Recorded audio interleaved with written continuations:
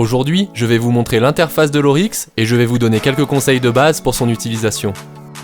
Suite aux premières vidéos publiées sur la chaîne XP France, on a eu beaucoup de demandes pour des vidéos sur l'Oryx.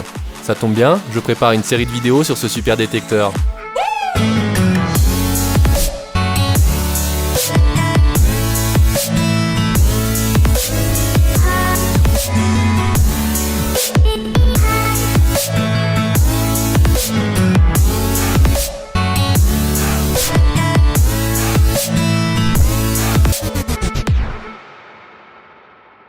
Tout le monde le sait, l'Oryx est un détecteur haut de gamme qui convient parfaitement aux débutants, mais aussi aux utilisateurs avertis.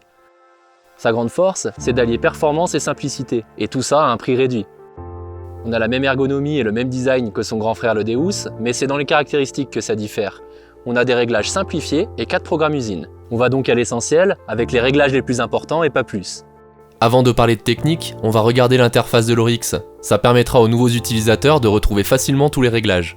Tout comme sur le Deus, avec un appui long sur le bouton de gauche, on allume la télécommande. Sur le terrain, allumez toujours votre détecteur, la canne dépliée et le disque en l'air. Pour allumer le casque, un appui sur la touche moins. Vous pouvez ensuite régler le volume avec la touche plus et moins.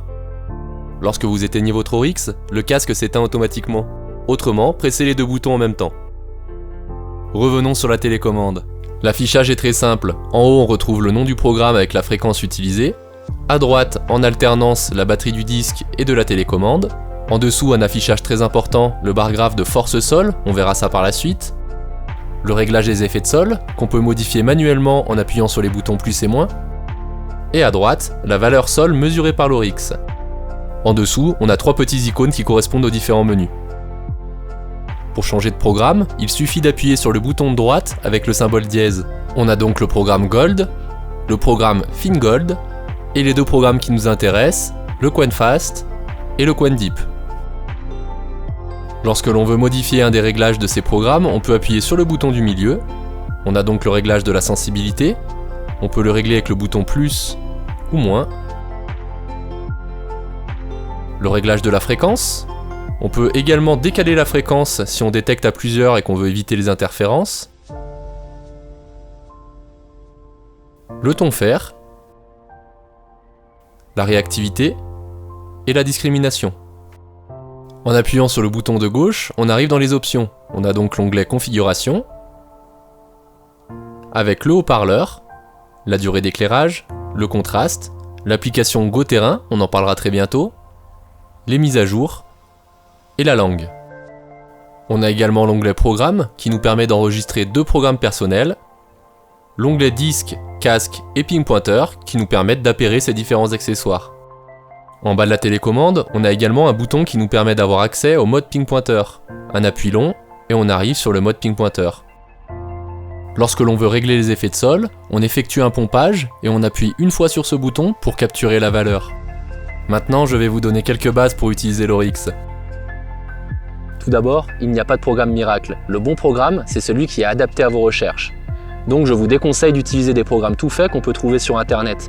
Il sera peut-être adapté à certains cas de figure, mais pas forcément aux vôtres. On va donc partir des 2 programmes usines pour des recherches générales, QuenFast et QuenDeep. Pour commencer, il va falloir se faire une brève idée du terrain qu'on détecte. On va donc détecter sur quelques mètres en regardant bien le bar graphe de force de minéralisation et en étant bien attentif aux sons graves qui correspondent aux ferreux.